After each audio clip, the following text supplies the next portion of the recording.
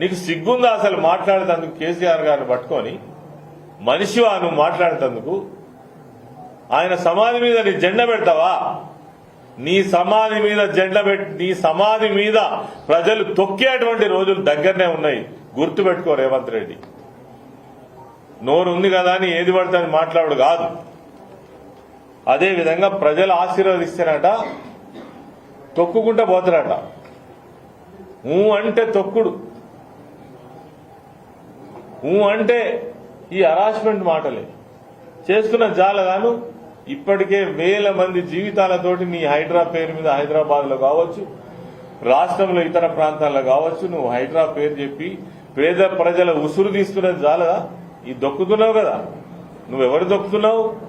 పేద ప్రజలను దొక్కుతున్నావు, బడాయిలు చెప్తున్నావు. చేసింది ఏమున్నదంటే ఏమీ లేదు. ఇలా నువ్వు హడావుడిగా మేడిగడ్డకి ఎందుకు పోయినట్టు? కారణం ఏంది? నిన్నటిదాకా కూలేశ్వరం అన్నావు కదా, అది పనికిరాదన్నావు కదా. మరి ఇలా దాన్ని రిపేర్ చేస్తానికి ఎందుకు పోయినావు? NDA report